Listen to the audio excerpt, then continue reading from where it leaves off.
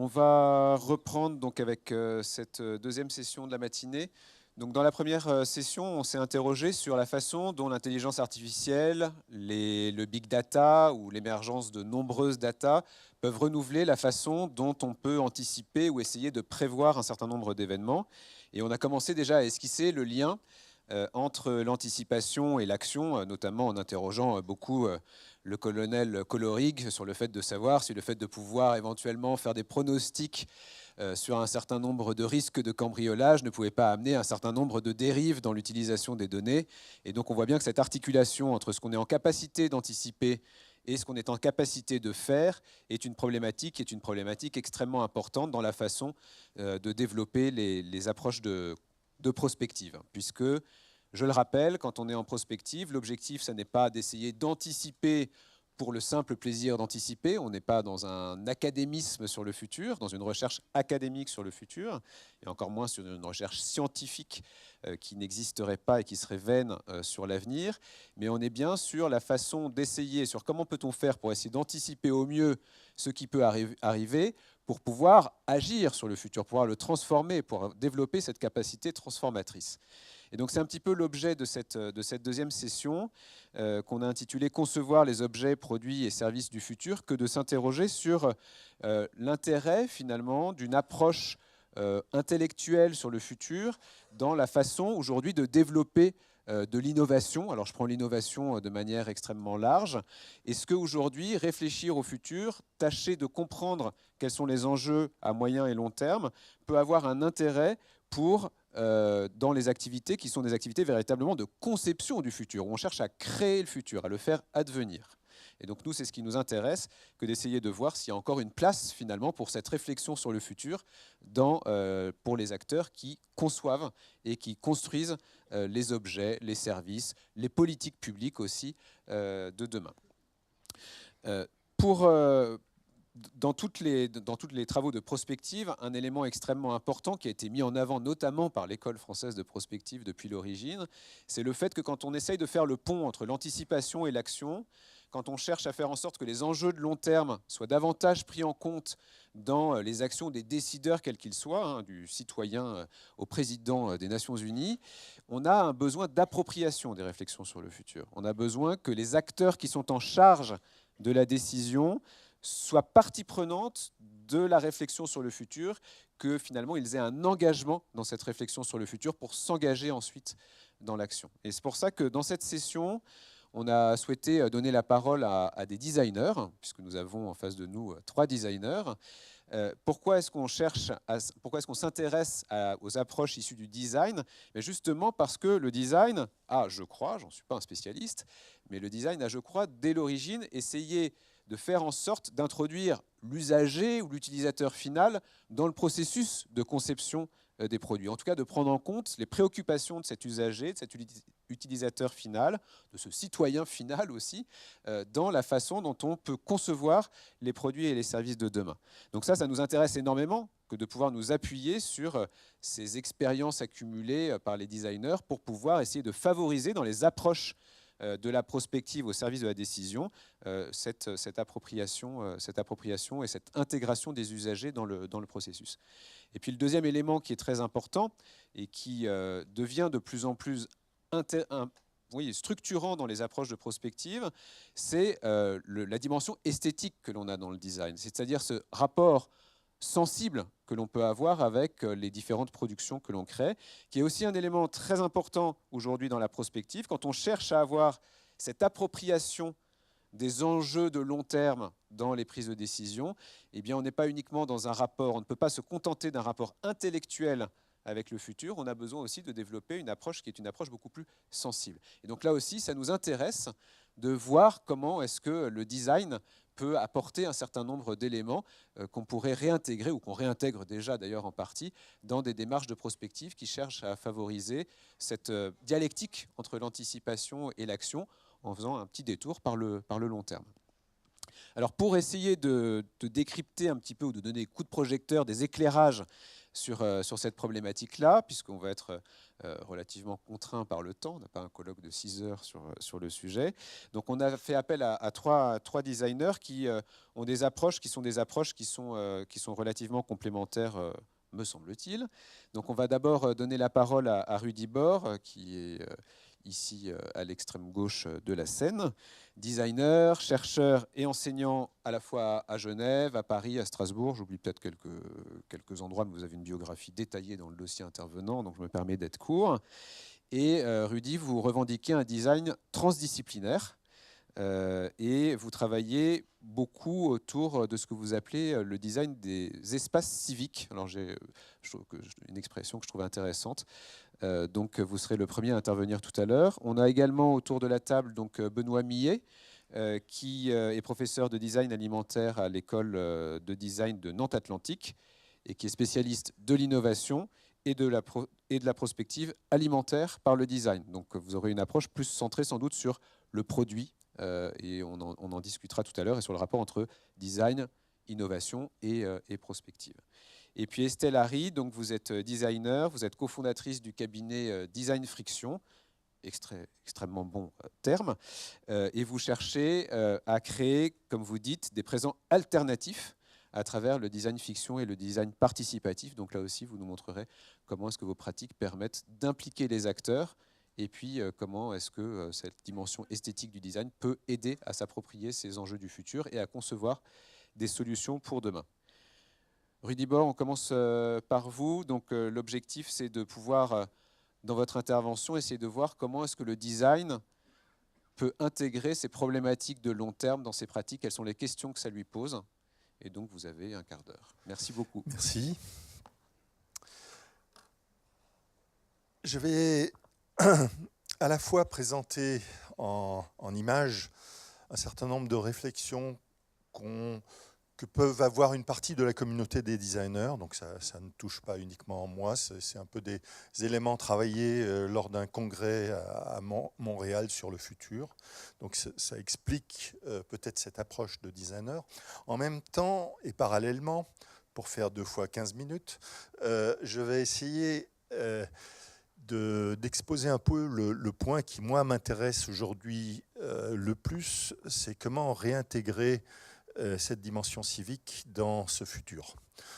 Comment parvenir à faire que nous ayons à nouveau un certain désir commun de cette terre, et comment arriver aussi à s'accorder. Je prends peut-être un peu référence à cette émission qui a eu lieu hier soir avec Nicolas Hulot, à s'accorder au minimum de ce qu'il faut arriver à faire dans les années à venir. Alors, je me réfère à deux structures qui travaillent avec moi. C'est d'une part un atelier de design qu'on a conçu il y a 1 an et qui s'appelle 10 milliards humains, et où on a fait un cut par rapport aux 30 années passées, en disant aujourd'hui on ne peut plus concevoir le design sans avoir cette perspective lointaine, qui est une perspective quand même importante, ces 10 milliards d'humains qui vont occuper la Terre dans 30 ans, et qui constitue un quart d'augmentation de la population, en sachant qu'on est quand même déjà dans des problèmes écologiques assez forts. C'est le moins qu'on puisse dire. Et l'autre, c'est cette dimension justement civique, et comment redesigner, réinventer un civisme qui prend en compte pas uniquement la nation, mais qui prend en compte cette relation entre l'ici et le planétaire. Je pense qu'on en a véritablement besoin. On voit très bien, et c'est là où on se rapproche et où je suis extrêmement intéressé de penser avec vous. On voit très bien qu'il y a des empêchements, y compris au niveau de la... Là, il faut que j'avance. Au niveau de l'information par rapport à cette logique qui est très profondément ancrée dans la monstration aux citoyens, qui est des logiques de concurrence nationale. C'est-à-dire toutes les problématiques globales aujourd'hui, elles sont présentée aux citoyens par le fait de se dire la France est un peu moins bien que l'Allemagne, qui est un peu moins bien, et ça efface finalement totalement les problématiques plus globales qui sont celles que doit comprendre le citoyen si on prend en compte, bien entendu, ces évolutions, ce futur qui ne peut pas passer uniquement par la communauté nationale qui traite à la fois.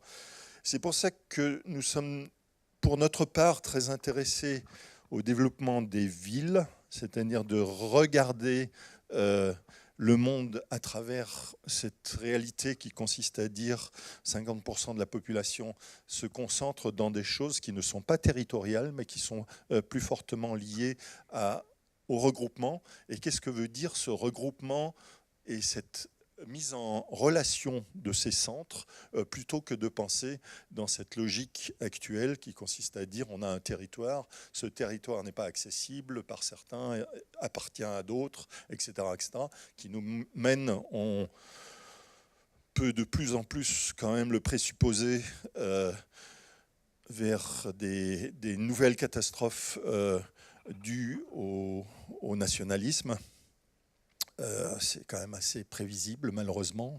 Je ne sais pas comment vous intégrez cet accident de parcours qu'on voit arriver aussi rapidement que les difficultés écologiques actuellement. Comment arriver à faire que cette logique qui consiste à dire moi et mon égoïsme passe à une logique de solidarité, passe à une logique où la concurrence, d'une certaine manière, devient de second ordre. Je prenais le TGV ce matin entre Strasbourg et Paris, et je me disais, étant contrôlé à Strasbourg, comme on a l'habitude de le faire aujourd'hui aux entrées de train, etc., que si cette énergie qui est donnée à la sécurité aujourd'hui était mise sur toutes les questions de transformation écologique, si ces millions, ces milliards qui sont diffusés sur ces questions-là pouvaient aller vers comment penser cette société du futur, je pense que nous irions mieux, y compris nous arriverions peut-être à entraîner avec nous ces personnes désespérées qui essayent de monter dans un TGV parce qu'elles n'ont pas l'argent de le faire. Comment briser maintenant tout ça au niveau du design et de notre quotidien? Moi, je trouve que nous avons un certain nombre de fonctions directes ou de rôles à jouer qui sont assez clairs. Je pense qu'il reste une certaine difficulté de lecture, et bien entendu, il faut qu'elle soit en débat sur l'effectif futur, et notamment les grosses problématiques écologiques que certains mettent d'avant, les grosses, je dirais, frayeurs qu'on essaye de nous mettre en vue par rapport au déplacement de population et autres conséquences de cet ordre. C'est vrai qu'il est très intéressant, et nous avons fait l'exercice une fois sur la Suisse en se disant qu'est-ce qu'il serait si 10 millions d'habitants, c'est-à-dire 1/5 de la population de migrants, venaient en plus dans ce pays. Bagatelle. Comment arriver à montrer que tous ces flux, toutes ces choses sont finalement de l'ordre du minimal si on considère les conséquences urbaines, les conséquences de vieillissement, l'ensemble des conséquences en jeu. On s'aperçoit très bien qu'il faut arriver à représenter ces hypothèses. C'est pour ça que les hypothèses sont bien entendu extrêmement importantes. Mais justement aussi l'hypothèse, monsieur le gendarme, excusez-moi de vous appeler comme ça, mais l'hypothèse d'un extrême, l'hypothèse d'une catastrophe, l'hypothèse d'une sortie de démocratie. Comment ne pas donner les outils informatiques à des personnes comme le président des États-Unis?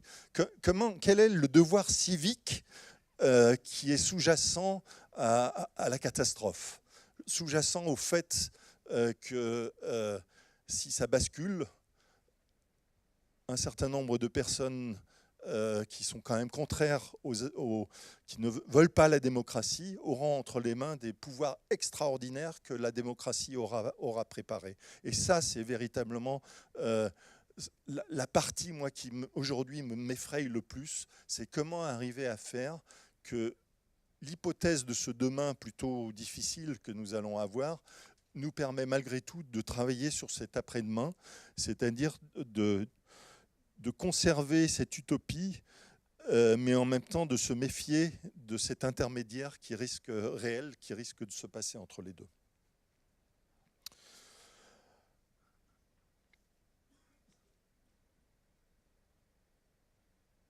Alors, je pense que très profondément dans notre approche de designer, nous avons dans nos gènes, et c'est ces approches-là qu'il faut remettre en question, la dimension de concurrence.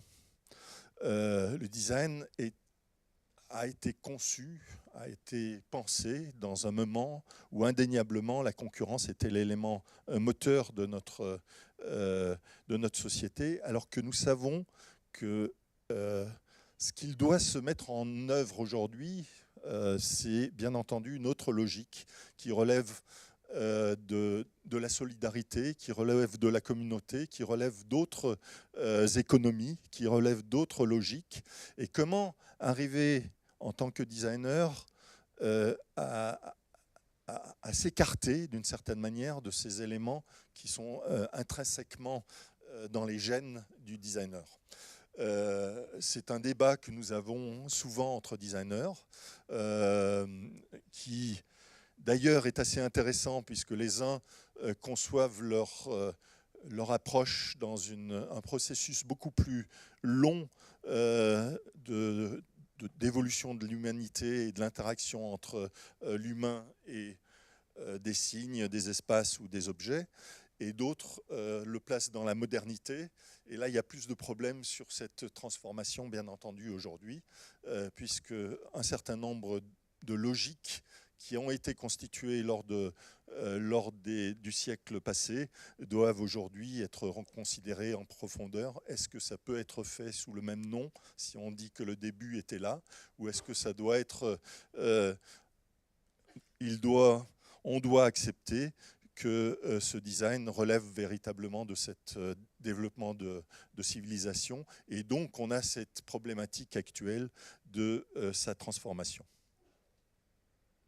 Je crois que j'ai à peu près les 15 minutes et je vous remercie.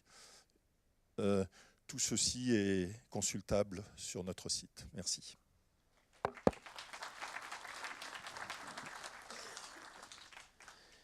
Merci beaucoup. On va passer maintenant la parole à Benoît Millet pour un éclairage, là-bas si vous voulez bien. Je vous ai pris votre place, je crois, je vous la rends. Vous en avez un sur la table.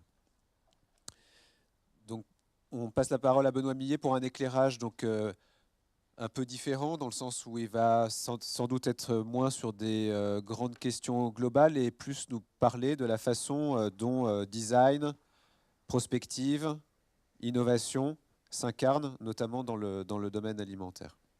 Oui, alors notamment parce que je vais prendre ça comme exemple, parce que c'est celui que je connais le mieux, hein, donc il faut parler de ce qu'on connaît à peu près. Je vais m'amuser à un exercice typique du designer, ça plairait à Joël de René, microscope, macroscope, hein, c'est peut-être une des particularités de notre métier, c'est d'avoir des considérations extrêmement globales, et puis à un moment donné, il faut rentrer dans le détail, quoi. À quoi ça va ressembler exactement. D'ailleurs, j'ai mis Design Your Future, en général, quand on vient voir un designer, c'est pour lui demander à quoi ressemblera mon service service ou mon objet demain. Donc on est un métier qui se situe directement, on va dire, dans la prospective. Alors, j'ai choisi ça comme slogan il n'y a pas longtemps. Je me suis dit, je vais commencer par ça. C'est parce que, vous voyez, le mot le plus important, c'est votre futur. Aujourd'hui, il y a un changement de paradigme qui a été bien expliqué hier, notamment sur les scénarios. Et je dirais que, finalement, avec le Your, c'est finalement la société des mois. Hein, c'est le fameux scénario sur les mois, qu'on peut prendre aussi en un seul mot, et moi, c'est-à-dire la dictature des émotions. Et nous, designers, on a quelque part une responsabilité, puisque notre métier, c'est de rendre les choses désirables. Hein, c'est ce que la société de consommation nous a demandé, un industriel. Quand il fait appel à un designer, en général, c'est pour que, en effet, le produit se vende, donc qu'il plaise à un public, ou en tout cas, l'expérience qu'il va proposer soit qualitative. Alors, j'aime bien commencer par des choses un peu intellectuelles, comme ça, intéressantes. C'est pour montrer que le design, dès sa naissance, hein, comme discipline, on va dire, dans son acceptation moderne, est un métier qui est basé sur les arts appliqués, on va dire, une certaine vision, et puis qui est déjà prospectif. Alors, la phrase de Paul Klee est intéressante, hein, c'est-à-dire la première, c'est « l'art ne reproduit pas le visible, il rend visible ». Quelque part, c'est ce qu'on fait par rapport à des concepts ou des idées, c'est-à-dire on rend un futur visible. Et puis, il y a cette expression que j'adore, hein, qui est l'antithèse du marketing, hein, s'il y a des gens, qui est « faute d'un peuple qui nous porte ». Alors, pour la petite histoire, pour ceux qui ne connaissent pas le Bauhaus, c'était la première vraie école de design au monde, qui a eu lieu, qui a été créée à Weimar, en Allemagne, qui a été détruite par les nazis. Et donc, Paul Klee, qui était un artiste peintre, qui est aussi un théoricien de l'art, avait dit « faute d'un peuple qui nous porte » parce que finalement les objets et tout ce que produisait le Bauhaus n'avaient pas été compris par le public. Et Gilles Deleuze, le philosophe un peu plus tard, avait dit que finalement c'était pour des gens qui n'existaient pas encore. Et dans le design, on travaille beaucoup là-dessus finalement. C'est pour ça que je dis que c'est l'antithèse du marketing. Finalement, on ne se base pas quand on crée des services et des produits sur des gens qui existent, ou alors si en partie, mais plutôt sur comment ils deviendront. Et c'est tout l'enjeu dès qu'on commence à être sur des échelles un peu plus longues. Alors, il y a un moment intéressant, j'aime bien faire des petits trucs comme ça, historiques. Alors ça, c'est mon image préférée.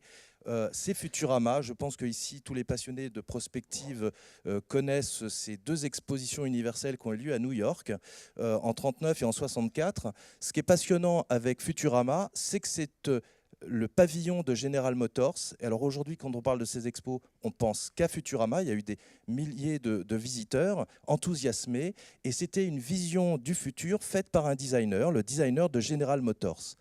Alors, c'est intéressant parce que ça questionne le design. D'abord, moi j'adore ce style, hein, c'est le streamline à fond, c'est superbe. Voilà, donc on rend un futur désirable. Alors, le designer a bien fait son travail, puisque, a priori, pratiquement tout ce qui a été créé lors de Futurama existe aujourd'hui, hein, jusqu'au frigidaire, etc. C'était une vision très, très globale sur la société, complètement centrée sur les déplacements, sur l'automobile évidemment, c'est General Motors, mais totalement centrée sur les déplacements. Alors, ce que je trouve intéressant, c'est que là, le design est au service d'une entreprise, General Motors, qui a décidé que le monde demain devrait être centré sur l'automobile. Et donc, on rend ça désirable. Alors, c'est un défi pour les designers. C'est par rapport au scénario qu'on a vu hier soir, les 4 scénarios, c'est comment est-ce qu'on les rend vraiment désirables, quitte à manipuler, parce qu'on peut se retrouver dans cette situation-là, dans la manipulation, finalement, du public. Alors, quand j'applique Futurama à un secteur que je connais un peu, qui est l'alimentaire, on est amené à se poser des tas de questions. Alors là, je vous ai mis quelques petites images, hein, sans commentaire. C'est très intéressant parce que l'image du haut, c'est l'exposition universelle à Milan en 2015. C'était une vision du supermarché du futur qui est déjà dépassée. Il faut être clair. Alors se pose la question sur les aliments que l'on va manger. Donc vous voyez en bas des insectes. Il y a cette question qui revient très très régulièrement. Un petit peu plus bas, j'ai mis dans un petit carré un steak totalement artificiel, mais qui vient d'être légalisé aux États-Unis. La question des fermes urbaines, voilà. La nouvelle façon de transformer les aliments qui sera avec une imprimante 3D. Tout ce que je vous montre, c'est soit des représentations qui existent déjà, donc là-bas, vous en avez une. Et puis tout là-haut, je vous ai mis un sachet de boisson qui s'appelle Joyland. Et finalement, pour bien comprendre cette boisson ou cet aliment, il faut se poser une question, c'est quelle sera l'influence de la culture numérique sur notre vie demain? Et alors, ce qui est intéressant avec Joyland ou les autres aliments de ce type-là, c'est que ça part d'un scénario de vie où on arrête finalement de prendre le temps de manger. C'est de l'alimentation, on ne se rend même pas compte qu'on mange. C'est-à-dire que vous avez cette poudre qu'on met donc dans des shakers, et puis on n'a plus ce modèle alimentaire français que nous, on connaît, qui a été d'hier, c'est-à-dire on fait des pauses pour manger, donc ça amène un nouveau mode de vie. On va dire que ces scénarios futurs posent plein de questions, c'est-à-dire sur les usages, sur les identités, et puis sur quelque chose d'intéressant, c'est ce que j'appelle le solutionnisme technologique. Comment ce solutionnisme, eh bien, finalement, règle réellement les problèmes, ou est-ce qu'il ne fait pas comme pour General Motors, finalement, à imposer des modèles liés aux technologies, plus que de répondre à des problèmes futurs. Alors, ce qu'a dit tout à l'heure Rudy, normalement, notre métier, c'est d'être centré humain. Alors, quand on dit centré humain, ça veut dire que finalement, ce qui va nous intéresser, c'est ce que font les gens. Alors, c'est un peu plus compliqué que ça. Finalement, ce qui nous intéresse, c'est la relation des humains avec leur environnement et finalement, par extension, entre eux. Alors, souvent, nous, dans notre métier de designer, on va qualifier ces expériences à travers tout un tas d'outils que je ne vais pas vous montrer là parce que ça va être un petit peu long. Et puis, on va beaucoup travailler sur ce qu'on appelle les usagers. Alors, les anglophones ont un terme générique qui est très bien, qui est « users », qui permet d'englober tout le monde, puisque ce qu'on va appeler un usager, on peut l'appeler par ailleurs un consommateur, un citoyen, etc. Ce qui est intéressant pour nous, c'est de considérer une personne dans la pluralité de sa singularité, on va dire. C'est-à-dire tout ce qui va... La meilleure preuve, vous êtes tous citoyens, mais vous êtes aussi consommateurs de services publics. Donc, on voit, on n'a pas tout à fait les mêmes relations. Et donc, ce qui va nous intéresser, c'est cette qualité d'expérience. Alors, là, on est allé sur notre métier de designer, d'où ça vient, etc. Et si on s'intéresse à la prospective, tout comme ça avait été fait pour Futurama, c'est de travailler sur les enjeux. Alors, moi, dans l'alimentaire, imaginez le futur, quels enjeux? Alors, ça pourrait être des enjeux dans le secteur du transport. C'est comment nourrir le monde en 2050. Alors, cette question, elle est anodine, comme ça, parce que pour l'instant, c'est un peu abstrait. 2050, est-ce qu'on sera 10 milliards, un peu moins, un peu plus?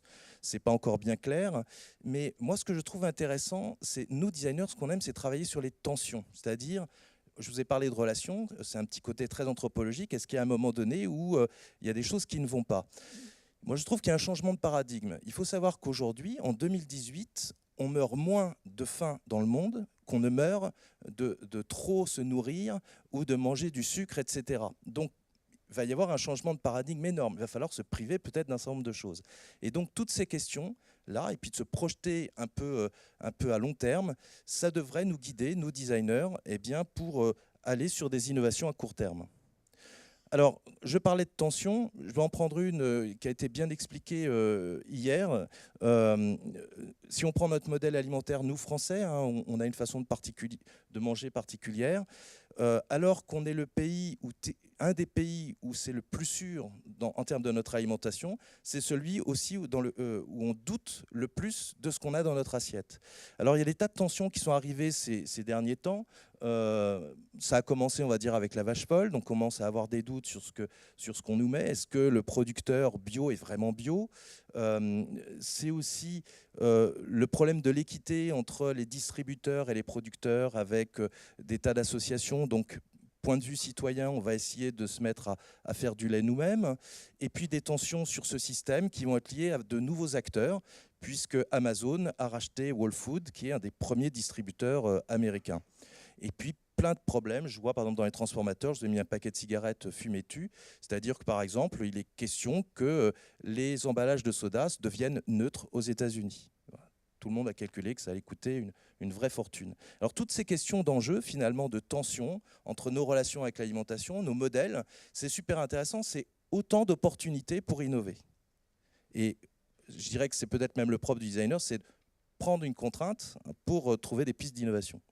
Alors, moi, c'est mon avis, hein, je trouve qu'aujourd'hui, un designer, s'il n'a pas une vision systématique des choses, il est sûr de faire n'importe quoi. Et aujourd'hui, on pense produit, mais on doit penser système, c'est-à-dire service, et avoir une vision un peu plus large. Je vais donner un exemple très simple. Nous, designers, on adore faire des arts de la table. Moi, personnellement, j'ai eu l'occasion d'en faire.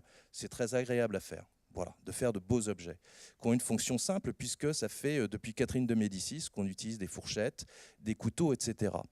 Si demain, tout le monde se met à manger de la poudre dans des shakers, il y a tout un pan d'industrie sur les arts de la table et des tas de designers qui vont rester sur le carreau.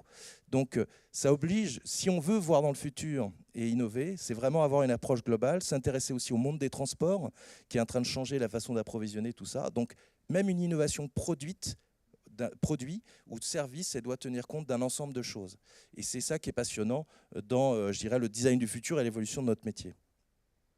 Alors, aujourd'hui, ce qui est intéressant quand on fait du design, alors là, je vous parle un peu d'alimentaire, c'est qu'on a une approche, paraît-il, qui devrait nous permettre de ne pas être tout de suite évacué par l'intelligence artificielle et qui est la créativité et un modèle de démarche, en tout cas, centré sur les usages, sur l'empathie, et qui devrait nous permettre de nous en sortir. Alors ça, c'est un schéma, donc, ce qu'on appelle le design thinking. Alors c'est très intéressant parce qu'aujourd'hui, du design thinking, moi j'en fais avec des banquiers, j'en fais avec des groupes d'assurance, voilà, on en fait avec des gens qui a priori n'auraient rien à voir avec le design, comme quoi les designers ne font pas que dessiner des Mickey.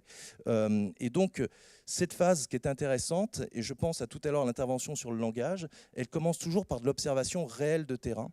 Voilà, et d'essayer d'observer comment fonctionnent les gens, ce qu'ils aiment, leurs motivations, leurs besoins, mais réels. C'est-à-dire là, on n'est pas dans des, dans des supputations ou dans des statistiques. Et c'est ce qu'on appelle l'empathie. Alors pourquoi je parle du langage? C'est parce que le seul moyen, justement, quand on commence à travailler avec des consommateurs ou avec des usagers, ça se passe dans une discussion et qu'on ajuste sans arrêt sa façon de parler en fonction de la personne qu'on a en face de soi et avec les émotions. Et la question que je me pose, c'est est-ce qu'un jour l'intelligence artificielle permettra de rentrer dans cette notion d'empathie? Voilà, et donc on a des phases, ça c'est un découpage typiquement de méthode de designer, hein, c'est-à-dire qu'on regarde les gens, on essaie d'imaginer en étendant le champ des possibles. Et vous voyez, il y a ce qu'on appelle des boucles de rétroaction. Et l'idée, c'est qu'on va tester un maximum de choses. On part d'une feuille blanche. Rien ne nous dit que ça existera vraiment. Et le seul moyen de le vérifier, c'est de le tester. Je vais vous donner quelques exemples. Alors, donc, par exemple, là, c'est un exemple avec des étudiants hein, sur un projet totalement prospectif. Donc, les étudiants étaient partis regarder comment fonctionnaient des enfants.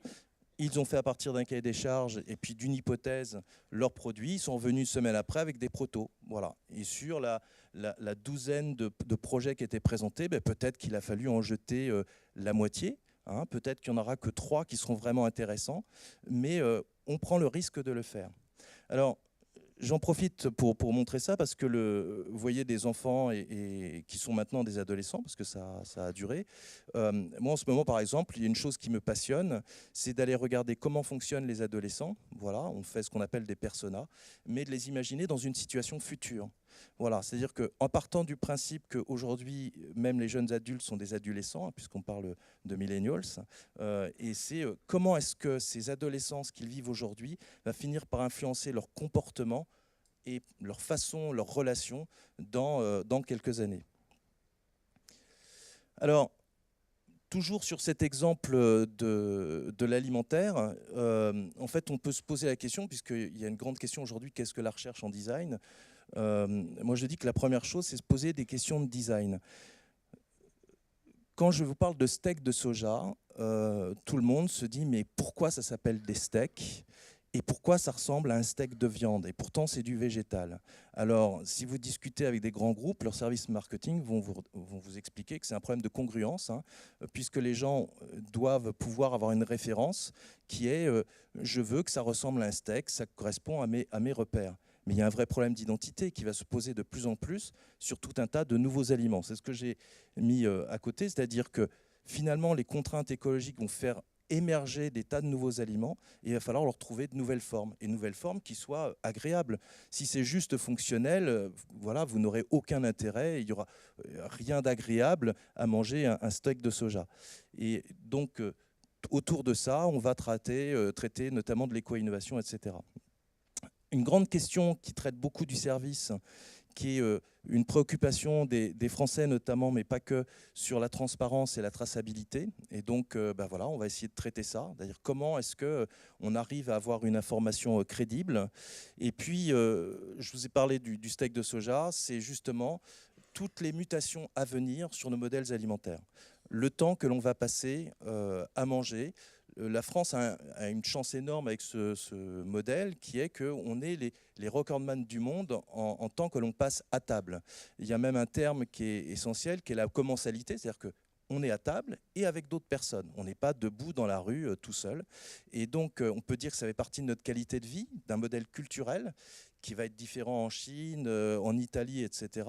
Et donc, c'est comment est-ce que les futurs services et futurs produits que l'on va proposer restent toujours avec une idée d'enjeu culturel. Est-ce qu'on a tous envie de ne plus passer de temps à table avec des amis? Est-ce qu'on veut vraiment être avec des jeux vidéo et prendre de la poudre qui a un goût de carton?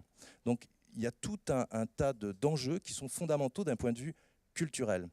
Donc, et y compris, alors, santé et bien-être, toute la dimension santé. Alors, je vais montrer rapidement, parce que j'ai voulu faire vite, c'est quand on travaille là-dessus et qu'on est centré usager. Là, je vais montrer quelques projets d'élèves. Ce qui est intéressant, c'est de s'intéresser au scénario d'usage. Qu'est-ce que vous faites le matin? Vous vous levez à 7 heures. Votre réveil sonne à 7 heures, vous vous levez à 7h04. Et puis, toutes les actions que vous allez faire. Et puis, à quel moment est-ce que c'est agréable ou pas? C'est ce qu'on appelle les parcours utilisateurs. Alors là, je vous donne un exemple d'une étudiante qui est partie d'une étude, comme quoi 30% des adolescents ne prenaient pas de petit déjeuner. Donc c'était un enjeu, ça c'est un problème de santé publique. Et puis d'un autre côté, cette pauvre adolescente, elle a le rêve de dormir plus, voilà. Et puis elle a un autre problème, elle a des boutons. Donc on va essayer de faire de la convergence entre différentes préoccupations et puis des qualités de matériaux naturels, voilà, notamment une microalgue qui va avoir des vertus anti-acnéiques. Donc ça va permettre de faire un produit de petit déjeuner qu'on peut consommer dans le bus, voilà, ou dans la voiture si c'est votre maman qui vous emmène, ou papa, et puis qui va permettre en même temps de gagner du temps sur le fait de se mettre une crème avec des produits pas bien dedans, et qui va vous permettre d'éviter d'avoir des boutons. Alors ça rejoint ce que je vous disais tout à l'heure, c'est le problème de l'identité des aliments que l'on va manger demain. Ça, par exemple, c'est un projet, ce sont des brochettes d'insectes, mais vous ne voyez pas les insectes. Donc, vous, en tant que consommateur, vous êtes prêt à manger ça. Un Chinois, lui, ça ne le dérange pas. Mais nous, Français, on n'est pas prêt de manger des insectes. Et puis, puisqu'on parle beaucoup de transition protéique, alors donc, on parle de transition écologique, transition protéique, qui est l'idée qu'on aurait du temps avant une catastrophe annoncée. C'est comment on arrive à se passer de viande ou consommer moins de viande et puis manger autre chose. Alors là, c'est un projet où l'étudiante s'est dit, il y a la vache, il y a la luzerne, et si on mangeait directement la luzerne, voilà. L'idée, c'est pour ce qu'on appelle les flexitariens, c'est-à-dire ceux qui, en effet, veulent se mettre pas totalement arrêter la viande, mais peut-être en consommer moins. Donc, en fait, c'est une sauce, l'équivalent du ketchup. En plus, elle est très, très bonne, à base de luzerne, qui est très riche en protéines. Donc, en fait, au lieu de vous faire un steak de 200 grammes, peut-être que vous pouvez vous passer d'en avoir que 50 grammes, mais de super bonnes, et vous complétez l'enrichissement en protéines avec cette sauce. Voilà.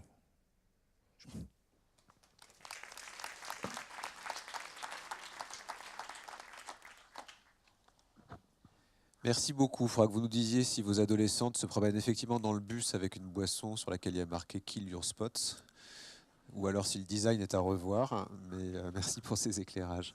C'est en rapport avec ce qu'Estelle va dire. Bon, merci. Estelle Harry, donc pour terminer ces interventions sur cette session. Donc vous allez nous parler du design fiction ou du design friction.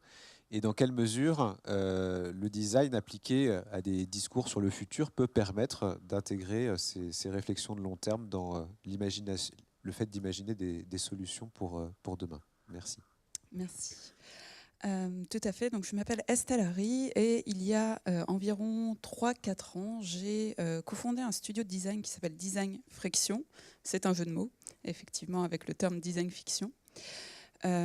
Où en fait on s'attache à aller explorer les enjeux sociétaux, technologiques, culturels qui sont en train d'émerger aujourd'hui. Et en fait, pour ce faire, on le fait au travers d'une pratique qui s'appelle le design fiction, dont je vais vous parler aujourd'hui, qui est une discipline du design qui est relativement récente, c'est-à-dire qu'elle a à peu près une dizaine d'années.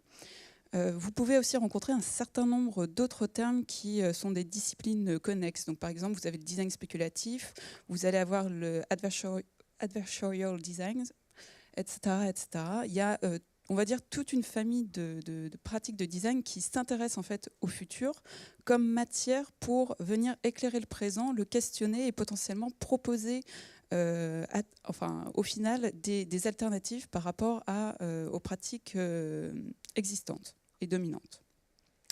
Alors, bien évidemment, l'idée, ce n'est pas de prédire le futur, on n'est pas du tout là pour... on n'a pas la... Comment dire ? On est assez humble, on va dire, pour être conscient du fait que le futur est imprédictible. Mais l'idée, c'est plutôt d'aller chercher qu'est-ce qui serait des futurs préférables ou bien désirables. Je pense que pour tous les prospectivistes de la salle, ce cône des futurs est assez commun et connu. Comme ce que j'expliquais, ce qui est intéressant pour nous, c'est d'aller voir cette notion de futur préférable, en sachant qu'il y a une question qui est extrêmement importante, qui se révèle assez rapidement quand on parle de futur préférable ou désirable, c'est le pour qui. Et en fait, aujourd'hui, ce qu'on peut remarquer, c'est qu'on est dans une société extrêmement plurielle et on peut supposer que les futurs le seront tout autant, voire plus. Sachant que cette pluralité peut s'expliquer par un certain nombre de raisons. Certains diront que c'est le fait qu'on vit dans une société de plus en plus centrée sur l'individu. D'autres diront que c'est la faute des technologies, etc. Il y a des chances que ça soit la combinaison de tous ces facteurs. Nous, ce qui nous intéresse par rapport à ça, c'est de se dire et comment est-ce qu'on peut recréer un lien entre différents acteurs, entre différentes opinions, entre différentes visions en fait, de ce qui se passe aujourd'hui et de ce qui peut se passer demain. Et on fait ça en fait au travers du design fiction, qui nous permet en fait de créer des espaces de discussion et de débat entre des personnes ou des acteurs ayant des intérêts différents. Alors concrètement, on va dire 4 grandes caractéristiques au niveau du design fiction. C'est qu'on s'attache à représenter les futurs au travers d'objets du quotidien qui sont extrêmement banals et en fait, ce sont des objets que l'on connaît. Alors pourquoi cette approche, c'est que généralement, quand on parle du futur, c'est quelque chose d'assez abstrait. On peut parfois tomber sur des rapports qui vont nous montrer des chiffres, des courbes, qui vont nous expliquer quelles sont les tendances, comment ça va évoluer, enfin comment ça peut évoluer surtout. Mais ce sont des choses qui sont assez difficiles en fait, à comprendre pour la majorité des personnes parce que ça demande un certain temps de concentration et aussi sans doute une certaine connaissance déjà des sujets. L'intérêt en fait de passer par un objet du quotidien, c'est qu'on peut amener des réflexions assez pointues à des personnes qui ne sont pas des expertes. Donc là, typiquement, on a un projet de Near Future Laboratory sur le futur du sport. Et en fait, ils sont partis sur une spéculation qui est de dire que le sport, le foot de demain, sera lié aux données. Et c'est-à-dire qu'en fait, l'équipe de foot sera managée au travers des données, etc. etc. Le match en temps réel sera drivé au travers des données récupérées sur les joueurs, etc. Et du coup, en fait, ils ont créé ce journal qui est en 2025, je crois, qui en fait représente ou qui suggère comment est-ce qu'un match sera présenté dans ce futur, où la donnée sera omniprésente dans la façon dont le match se déroule. Et ce qui est très intéressant en fait, par rapport à ce projet, c'est un peu l'anecdote, c'est que des personnes qui sont des grands fans de foot, qui n'ont pas forcément une très grande connaissance des algorithmes, des données et des problématiques sous-jacentes, ont été assez interpellés en fait, par cet objet parce que il y avait ce côté... En fait, c'est au niveau de la couverture, quand on est un fan de foot, on sait que les maillots des joueurs ne sont pas les bons par rapport à leur équipe actuelle. C'est un détail où il faut être un fan de foot pour le comprendre et le savoir, mais en fait, pour s'adresser à ces personnes-là, c'est le type de détail qui va leur donner envie en fait, d'ouvrir le journal et d'aller voir ce qu'il y a dedans, et donc de s'intéresser potentiellement à la question des données par rapport au futur du foot. Un autre point qui est très important et qu'on aime beaucoup aller explorer, c'est l'imperfection des technologies. Aujourd'hui, il y a un constat, c'est que généralement, quand on parle de technologie et d'innovation, on a toujours un peu ce côté béat ou totalement utopiste en fait, par rapport aux technologies, en pensant, enfin tout du moins les visions qui nous sont proposées par rapport au futur, ce sont des visions toujours extrêmement lisses, où tout se passe à merveille. Et pourtant, dans nos expériences quotidiennes des technologies, on peut se rendre compte qu'il y a un certain nombre de problèmes qui émergent assez régulièrement. Et du coup, un des aspects qu'on aime pousser, c'est justement aller voir dans des futurs possibles comment est-ce que des défauts de technologie se traduiraient. Donc ici, on est sur un scénario où les objets dits intelligents développent des TOC parce que leurs propriétaires ont eux-mêmes des manies, des habitudes un peu bizarres.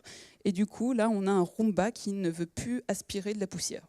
Et donc, on a le professeur des algorithmes qui lui donne cette poussière d'entraînement pour en fait le remettre un peu dans le droit chemin. Un autre aspect qu'on aime beaucoup aller explorer, c'est la question de l'usage. Forcément, on est designer, et surtout le détournement d'usage. Toujours un peu en dialogue ou en discussion par rapport à des visions très techno-utopistes qui partent du principe qu'à partir du moment où une technologie existe, elle va résoudre tous nos problèmes. On aime bien aller voir la contrainte que ça peut créer sur la personne et comment la personne peut se détacher en fait, de cette contrainte.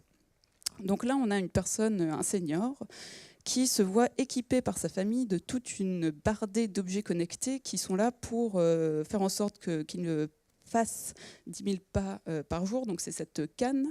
Il a aussi une fourchette connectée qui compte le nombre de calories, quel type de calories c'est, etc., etc. Et forcément, quand on a 60 ans, on n'a pas forcément envie d'être embêté avec ce genre de détails parce que bon, c'est de toute façon, à partir de cet âge-là, je pense on passe un peu à autre chose. Et étant un peu... Désolée. Okay. C'était un compliment, hein, il ne faut pas le prendre négativement. Et en fait, par rapport à ces objets qui sont assez contraignants et assez paternaliste, entre guillemets, il va développer tout un tas de tactiques très malignes pour tromper en fait, ces objets dits intelligents. Donc typiquement, sa canne, il va le donner à un petit jeune qui va aller faire le tour du quartier tranquillement pour aller faire ses courses, etc. etc. Et au final, en fait, on va dire l'usage premier qui était pensé pour cet objet connecté est totalement dévié, et les données en fait, qui sont produites au travers de cet objet ne sont même plus véridiques ou ne concernent pas tout du moins cette personne. Enfin, un quatrième point qu'on aime beaucoup aller explorer, c'est vraiment le côté inattendu et les angles morts en fait, de l'innovation, ou tout du moins des visions technologiques qu'on peut nous proposer. Typiquement, ça c'est un projet qu'on est en train de mener au sein du studio. Alors, on a une petite obsession avec la ville connectée et la ville intelligente. Et en fait, on s'est rendu compte qu'il y avait une question qui était totalement absente de ces sujets, c'était celle des animaux. Ou alors, quand elle est présente, c'est dans un cadre très de contrôle en fait, de la biodiversité. Et on a commencé à se poser la question, qu'est-ce qui se passe quand l'animal revient en ville et est utilisé pour potentiellement des usages qu'on n'avait pas imaginés quand on pensait la ville intelligente.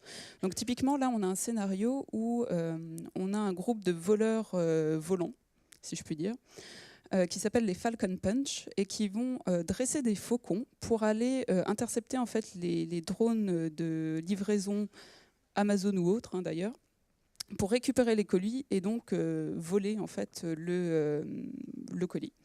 Alors on pourrait dire, mais c'est totalement farfelu comme idée. Ceci dit, aujourd'hui, en termes de signal faible ou de tendance, la police, je crois néerlandaise, et je pense qu'en France aussi maintenant, entraîne des faucons justement pour intercepter des drones. Justement, par exemple, quand un drone peut s'approcher de zones qui n'est pas censé survoler. Donc c'est peut-être farfelu, mais pas tant que ça. Tout ça, pourquoi ces scénarios, en fait, du fait qu'ils soient extrêmement incarnés, extrêmement sensibles, et le fait qu'à peu près n'importe qui peut se projeter dedans, ça nous permet en fait de créer des espaces de discussion et de débat entre potentiellement des intérêts assez divergents, de révéler en fait des choses qui n'étaient pas prévues ou imaginées, tout du moins, sachant qu'on n'a toujours pas enfin, on ne pense toujours pas prédire le futur, ça c'est sûr. Et en fait, ça, pour nous, on considère que tout ce qui est, tous les débats, tous les échanges en fait, qui ont lieu au travers de ces projets permettent en fait agissent un peu comme un compas pour se diriger vers un futur préférable. Enfin, oui, un futur préférable. Donc en fait, on considère vraiment cela comme un outil d'aide à la prise de décision. Du coup, je vais passer peut-être à un exemple un peu plus pratique au travers d'un projet que l'on a effectué en 2014, si je me souviens bien. C'est un projet de recherche, pilote de recherche, que l'on a effectué avec des universités britanniques et le gouvernement britannique. En fait, alors, en termes de projet de recherche, l'idée c'était d'aller voir comment est-ce que le design fiction pouvait justement être utile dans le cadre de la création de politiques publiques. Le sujet étant les seniors et comment faire en sorte que les seniors puissent vivre plus longtemps en autonomie chez eux. Donc il y a un sujet qui est assez important, même assez critique dans les sociétés européennes. Et en fait, pour aller l'explorer, donc on s'est forcément intéressé à la situation sociale et politique de l'Angleterre. Et on est aussi allé faire de l'ethnographie, enfin du design ethnographie, où on est allé voir en fait les personnes âgées pour comprendre en fait comment est-ce qu'elles vivaient cette question d'autonomie et comprendre quelles étaient leurs craintes, quels étaient leurs espoirs, qu'est-ce qui les gênait, qu'est-ce qui les arrangeait, etc., etc. Donc en fait, on a développé tout un tas d'outils pour justement récupérer ces éléments. On les a croisés aussi avec des informations, enfin des recherches qu'on a fait plus au travers d'une veille, on va dire, plus classique. Et en fait, à partir de cet ensemble d'éléments, on a extrapolé 2 pistes de spéculation, si je puis dire, sachant qu'on est très fan de la question « et si quelque chose » dans la pratique du design fiction. Donc nos 2 pistes, c'était « et s'il était possible de choisir le moment de sa mort ?» Alors pourquoi ? Lors des ateliers, en fait, plusieurs des participants nous ont fait remonter le fait qu'ils désiraient, enfin, ils trouveraient ça intéressant que pour mourir dignement, on pourrait choisir le moment de sa mort. Voilà. Donc, on a pris un peu cet élément tel quel et on l'a retranscrit en un « et si ». Et l'autre, c'était le sorte de fossé qui peut exister parfois entre la technologie et les seniors. Et justement, parfois, une sorte d'incompréhension en fait, qui existe entre ces personnes et les objets technologiques. Alors, par rapport à ces questions, généralement, en fait, on va aussi construire tout un monde spéculatif. Donc là, on s'était projeté en 2025 avec... Bon, on n'avait pas prédit le Brexit, donc on était parti sur un modèle politique constant. D'un point de vue économique, on partait du principe que c'était les seniors qui avaient plutôt un pouvoir d'achat élevé. Et d'un point de vue technologique, on était parti du principe que tout ce qui est IoT, donc l'Internet des objets, prenait de plus en plus d'essor et donc devenait assez pervasif en fait. À partir de cet ensemble d'éléments qui posent une base en fait pour la spéculation, on a commencé à développer des scénarios d'usage et des objets qui représentent ces scénarios. Alors pour la première question ou la première spéculation, on a créé ce bracelet fictionnel qui est une smartwatch d'euthanasie. L'idée, c'est que, en tant que personne âgée, je suis équipée de cette montre et au moment où je le souhaite, je peux choisir de m'euthanasier.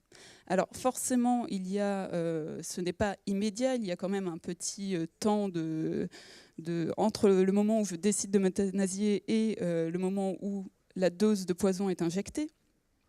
C'est-à-dire qu'à partir du moment où je fais savoir où je fais ce geste pour montrer mon désir de mourir, mon médecin est prévenu, ainsi que ma famille.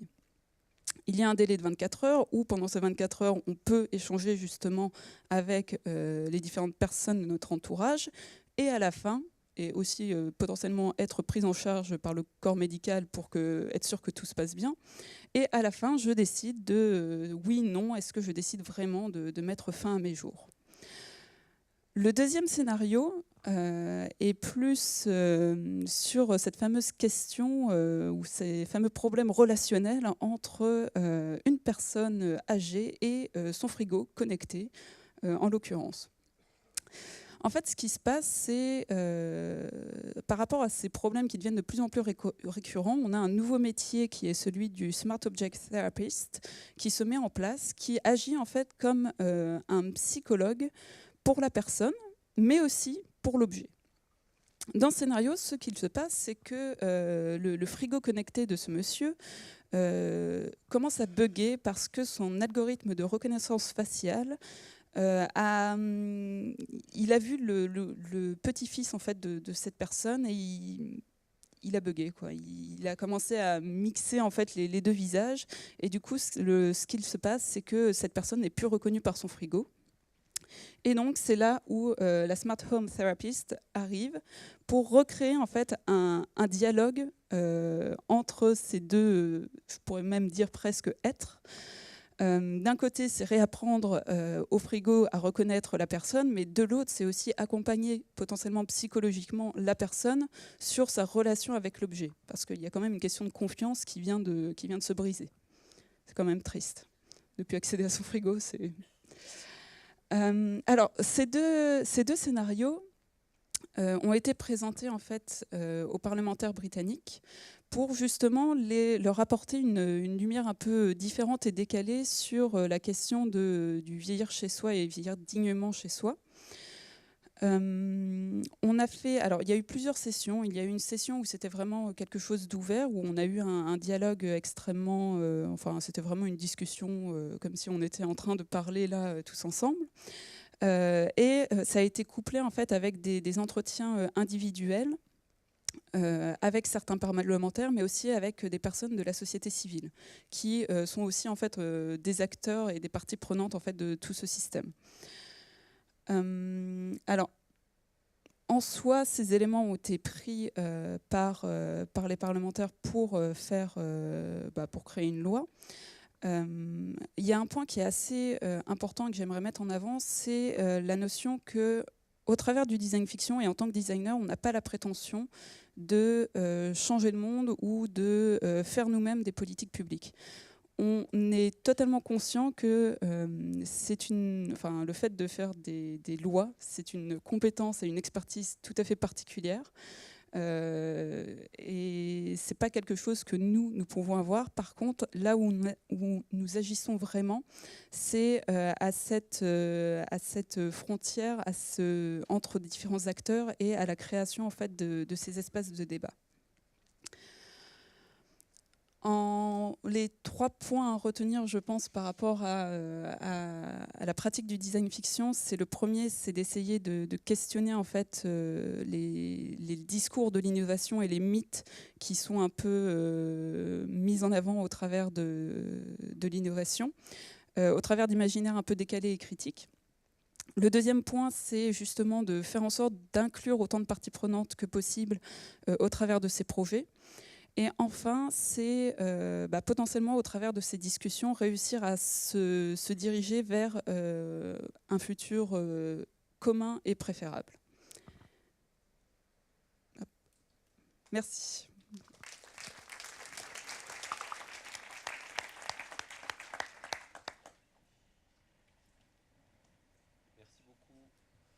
Merci beaucoup Estelle pour cette présentation. On a, quelle heure est-il ? On a une demi-heure pour pouvoir débattre, donc je vais peut-être lancer la discussion avec nos intervenants et puis ensuite je vous proposerai éventuellement de prendre la parole si jamais vous voulez aussi les interroger.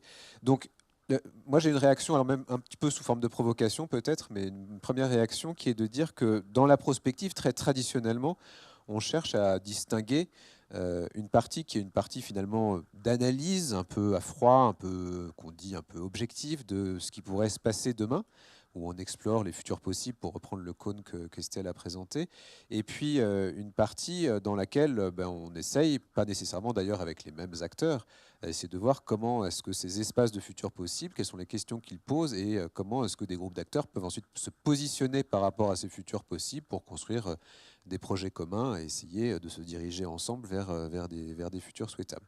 Et en fait, dans vos présentations, bon, alors cette distinction, même dans les pratiques de la prospective aujourd'hui, elle s'effiloche un peu et elle n'est pas aussi caricaturale que celle que je viens de présenter, notamment dans les processus de travail. Mais néanmoins, elle existe.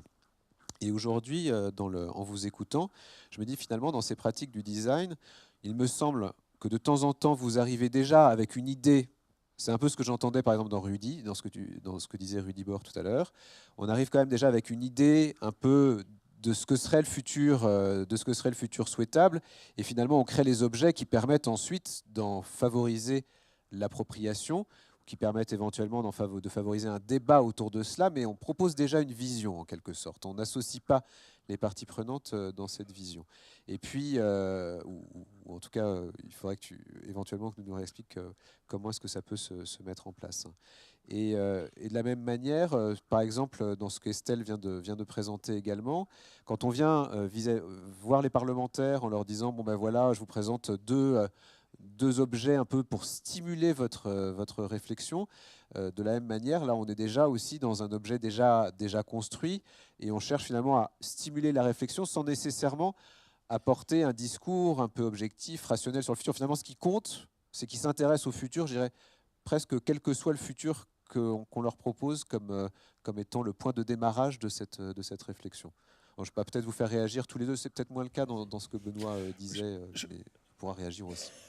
Il y a un domaine ou une méthodologie que j'aime appliquer sur ce genre de choses quand on a la possibilité de pouvoir avoir cette interaction avec le citoyen, ce qui est quand même malheureusement qui relève plutôt de l'exception, puisqu'on sait très bien que ces échanges relèvent plus de la stratégie qui consiste à faire passer des choses que de véritablement se questionner et ouvrir les vrais débats.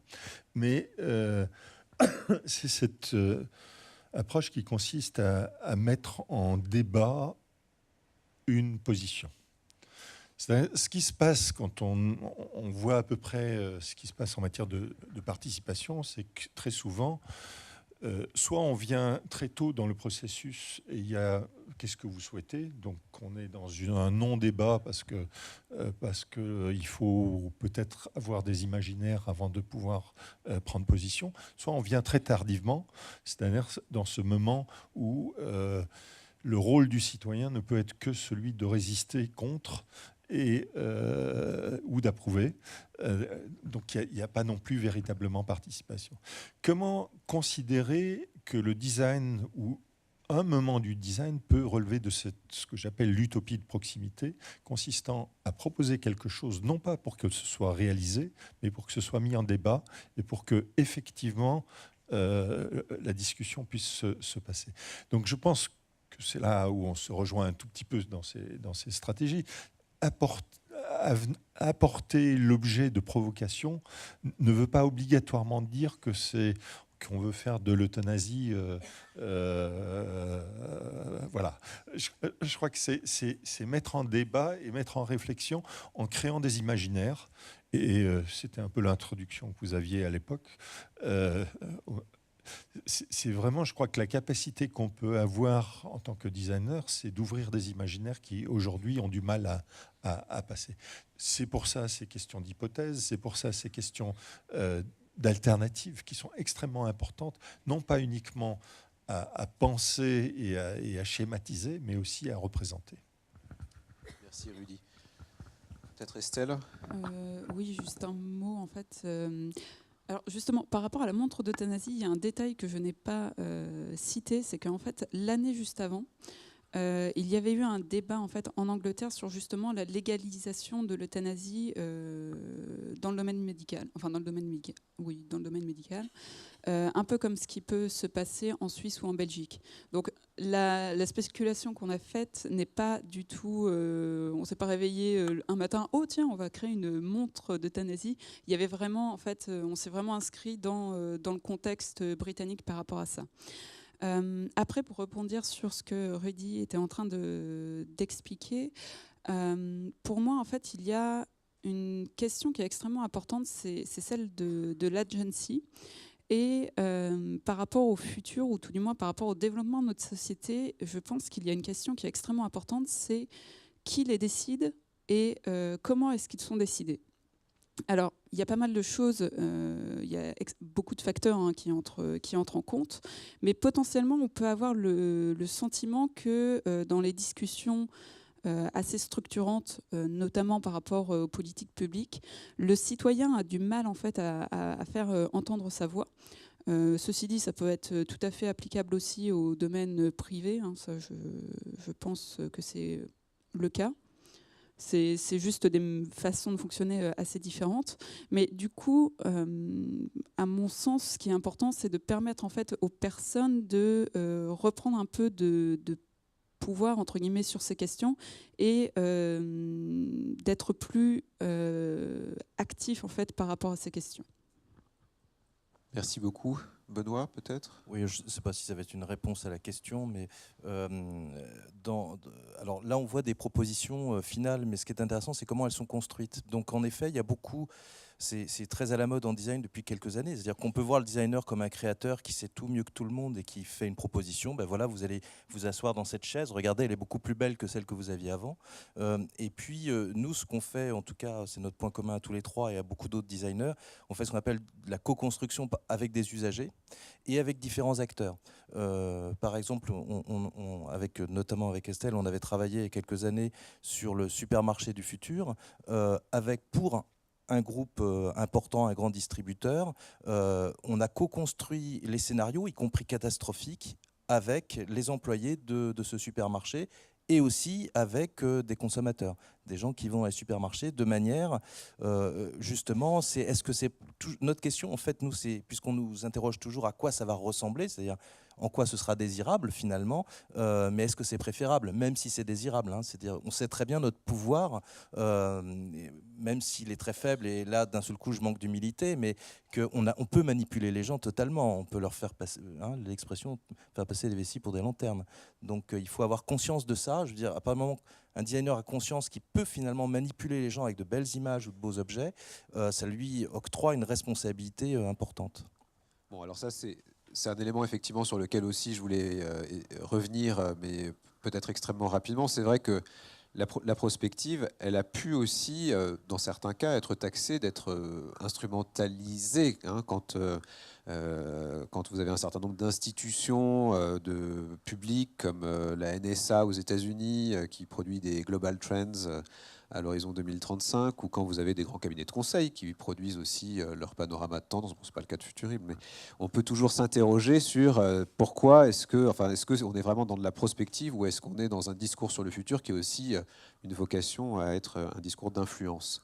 Et donc cette question-là est toujours présente et on a besoin d'aller regarder comment sont faites finalement, enfin, comment sont construits ces travaux de prospective pour essayer de voir quelle est la foi qu'on leur accorde et c'est finalement la foi qu'on leur accorde qui devient importante. Je me dis dans le design, c'est peut-être encore pire, si je puis dire, parce qu'on joue avec la corde sensible. Donc cette façon, cette possibilité, en tout cas, d'instrumentaliser les utilisateurs ou les destinataires peut être aussi beaucoup plus forte. Et donc il y a des questions d'éthique qui sont certainement aussi assez grandes. Est-ce que vous voulez réagir rapidement là-dessus et puis pendant ce temps-là, je regarde s'il y a des prises de questions dans la salle. Je pense que... Cécile, est-ce que tu pourras prendre un micro pour... Je pense qu'en effet, on est extrêmement conscient de ces dimensions du fait que toute représentation n'est pas neutre, du fait que voilà, je crois que c'est au centre de notre conscience. Si on a un peu de civisme en tant que designer, c'est de considérer que toute action, de toute façon, n'est pas neutre. Et donc, c'est par exemple de proposer des variantes. On a fait un travail qui devait mettre en visibilité l'urbanisme, voilà, les possibles, la prospective par rapport à l'urbanisme. Ce qui nous a paru extrêmement important comme règle, c'est de se dire, d'une part, il faut se rattacher l'abstraction à la réalité, donc avoir des schémas, mais en même temps avoir des représentations réelles. Et d'autre part, dans ces schémas, avoir des multiples représentations pour bien arriver à tout moment à montrer que finalement, la même image, on peut la... Non, c'est pas la même image, on peut créer deux images de la même information. Merci beaucoup pour cette réponse. Alors on me dit que je me suis trompé dans les horaires, en plus qu'on n'a pas jusqu'à 13h, jusqu'à 12h45. Donc est-ce qu'il y a une ou deux questions dans la salle? Alors s'il vous plaît, rapide. Voilà, merci. Oui. D'accord. Oui, c'est une question très courte. Vous parlez, on parle énormément en prospective de la question d'un futur souhaitable, partagé, qui donne une notion justement de consensus, comme si on pouvait arriver à un consensus. Deuxièmement, on devait arriver à un consensus.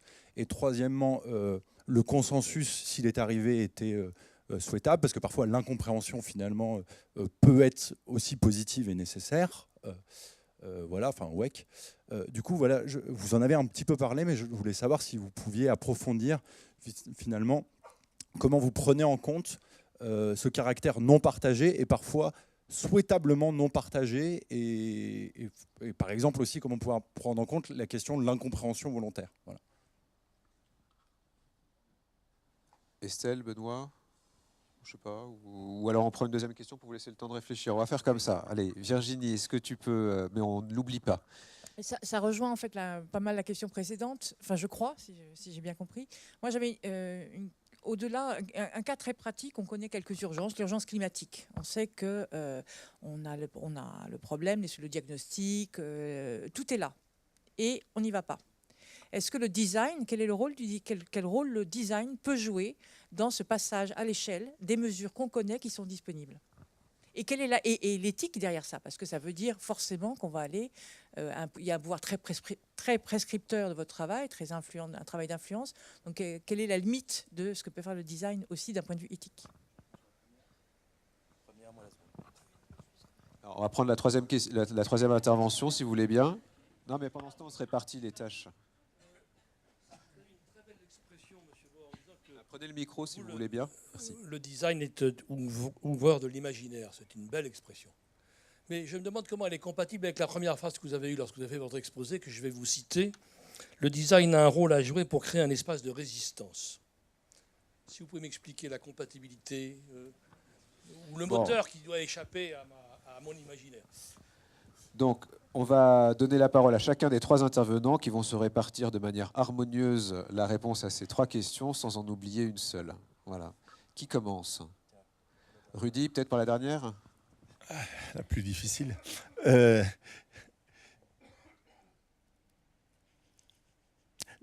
Là encore, je crois que c'est bien. Et je vais essayer du coup de répondre peut-être aux trois. C'est bien la prise en... C'est-à-dire la connaissance de ce que l'imaginaire peut avoir de nécessaire et en même temps de problématique, qui, moi, personnellement, me fait toujours proposer le pluriel. C'est-à-dire, ce qui m'intéresse aujourd'hui, et là j'arrive à la deuxième réponse, c'est l'intelligibilité. Comment le design peut contribuer à l'intelligibilité de nos problématiques actuelles et arriver à... Et je crois que c'est le grand gap qui manque aujourd'hui, à relier cette question planétaire avec la question citoyenne.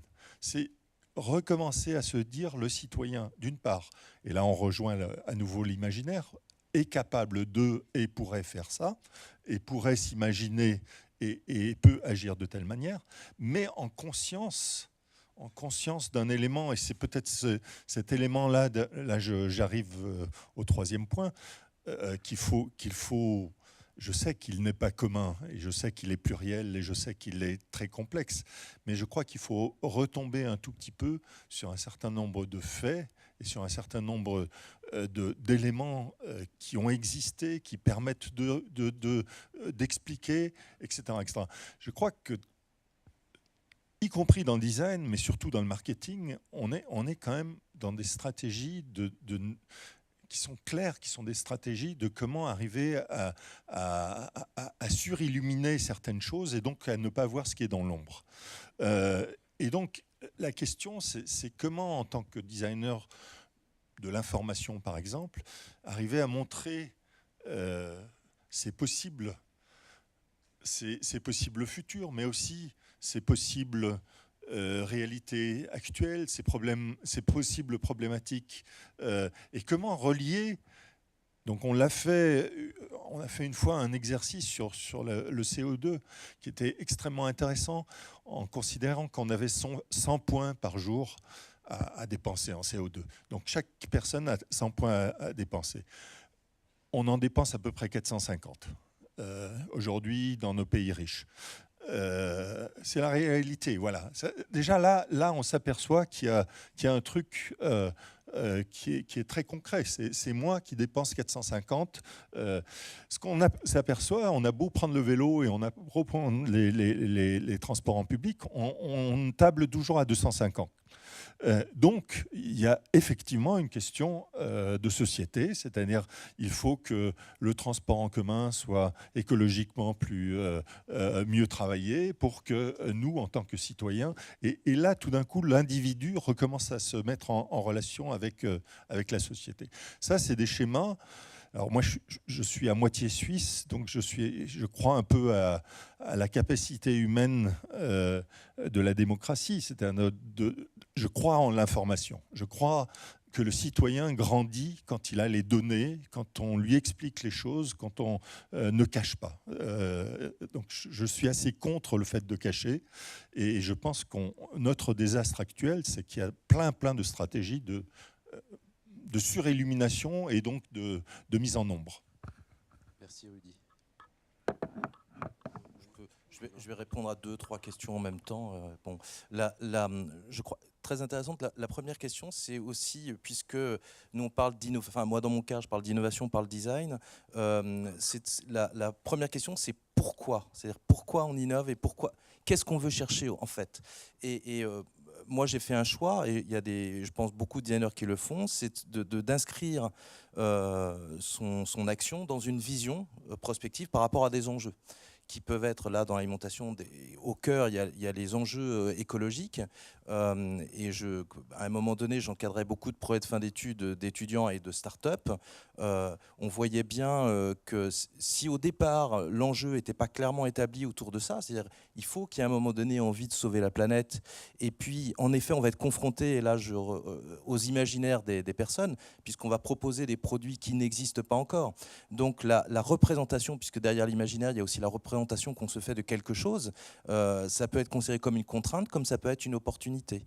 Je pense, notamment, il n'y a pas très longtemps, j'ai été questionné, puisque je travaille sur les adolescents, sur le problème de la disparition des animaux sauvages. Et quelque part, les animaux sauvages sont relégués à des animaux imaginaires. Et on peut considérer ça, en effet, comme une espèce d'encyclopédie dans laquelle il n'y aurait plus que des trucs qui ont existé et qui n'existent plus, mais ils existent encore d'une certaine façon, puisqu'ils sont encore dans notre imaginaire, et peut-être que ça peut être un levier un jour pour faire manger un steak de licorne qui n'est pas de la licorne. Mais ça dérangera personne de manger de la licorne en sachant que c'est des végétaux. Je dis n'importe quoi, mais voilà, c'est un peu notre... le travail, c'est en effet, on joue là-dessus. Mais je pense qu'en effet, sur les projets qu'on peut être amené à faire, après c'est une histoire de...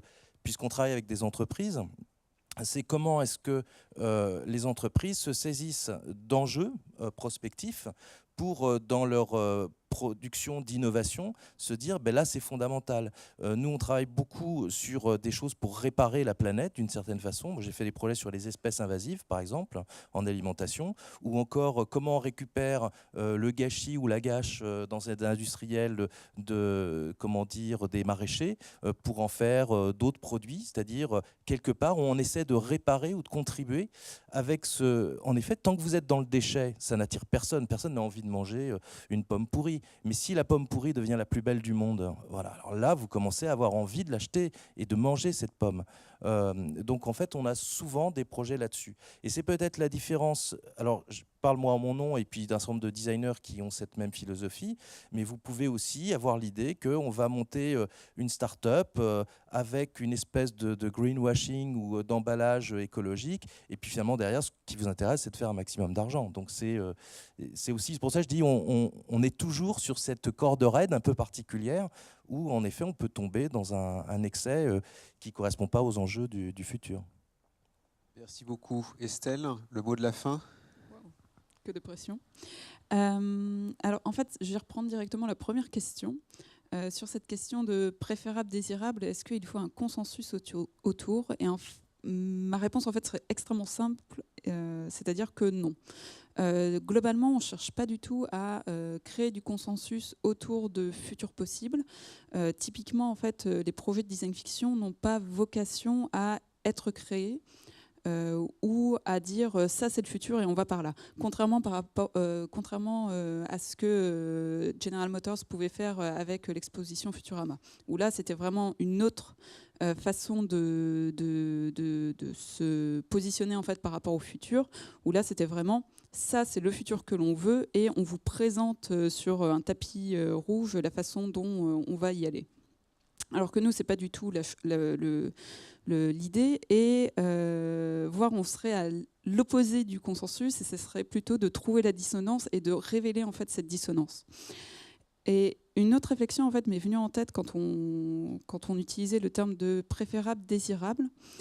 J'ai le sentiment que le terme désirable en fait s'attache plus à l'individu, alors que le préférable, ça va être un ensemble plus grand. Et de ce point, pour moi, en fait, ce qui est peut-être intéressant pour sortir de ces termes, ça serait plus de parler d'intérêt général, où l'intérêt général, c'est déjà pas la somme des intérêts individuels, ce qui amène en fait le point que si on fait quelque chose dans l'intérêt général, il y aura forcément des personnes qui ne seront pas contentes, ou ça ne servira pas forcément les intérêts de tout le monde. Ça, c'était mon premier point. Et ensuite, par rapport à la question du changement climatique, c'est assez intéressant parce que hier soir, j'en parlais avec Bastien, justement. Et au final, en fait, il y a 2 points qui sont importants. J'ai le sentiment en fait que le fait qu'on soit un peu coincé ou immobile en fait par rapport aux conséquences du changement climatique, c'est un peu lié aux visions extrêmement négatives qui sont créées autour de ce futur. C'est-à-dire que l'imaginaire du réchauffement climatique, c'est une dystopie totale, c'est une horreur. On n'a aucune envie de vivre dans ce monde-là, on se dit que c'est foutu de toute manière, donc pourquoi agir de toute manière? Bon. Pour autant, je pense que c'est quelque chose d'extrêmement intéressant sur lequel travailler pour 2 raisons. Donc déjà, il y a cette vision ces visions extrêmement négatives, mais il y a aussi la question du temps long. Et par rapport au design, c'est peut-être une porte pour justement changer un peu la pratique du designer, pour justement vraiment s'ancrer dans des temps longs. Alors ça, c'est vraiment une piste à explorer, et peut-être que des designers vont s'emparer de la chose. Et par rapport aux imaginaires négatifs, je pense aussi que les designers ont quelque chose à faire, et pas que des écrivains, etc., pour renouveler les imaginaires. Et à ce titre, il y a la sociologue Donna Haraway qui, par rapport à cette question de réchauffement climatique, a développé toute une fiction autour des communautés des Kami qui propose une approche en fait du réchauffement climatique qui n'est pas totalement catastrophique, qui n'est pas utopiste non plus, qui est plutôt réaliste et qui est en fait extrêmement intéressant car totalement alternatif dans la façon dont on approche cette question. Voilà. Merci beaucoup pour vos éclairages à tous les trois. Et on voit à l'issue de cette session que finalement, comme dans les démarches de prospective, on a besoin d'intégrer la diversité des objectifs que l'on peut poursuivre dans une activité de design, et que ces objectifs que l'on poursuit vont avoir une influence colossale sur le processus qu'on va mettre en place, qui ne sera pas le même selon que l'on veut innover dans une entreprise, selon qu'on veut créer du bien public au niveau mondial, etc., etc. Et donc là, on a besoin aussi de pouvoir intégrer ces différents objectifs, ces différents cadres dans lesquels vont se développer les activités de design et de prospective pour pouvoir concevoir des processus qui soient adaptés. Et en tout cas, ce qu'on peut conclure, c'est que le design et la prospective ont beaucoup à faire ensemble. Merci beaucoup à vous trois. Merci beaucoup.